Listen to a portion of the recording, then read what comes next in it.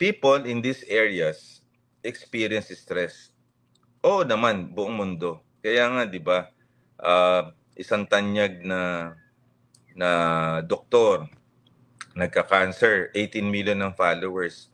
One of the reason kung ba't daw siya nag-cancer ay stress. So a lot of people nagkaka-stress.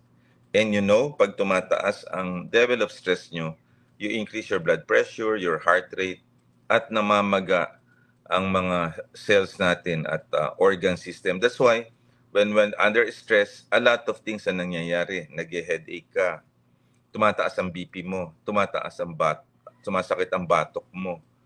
A lot of things. At yan, yung mga heart attack, yung constant on pressure, nagkaka-stroke, mataas ang BP, ang iba nagkaka-cancer, a lot of people. And people resort to stress in a different ways. Ang iba, hindi nakakatulog. Ang iba, iinom ng alak. Iba, maninigarilyo.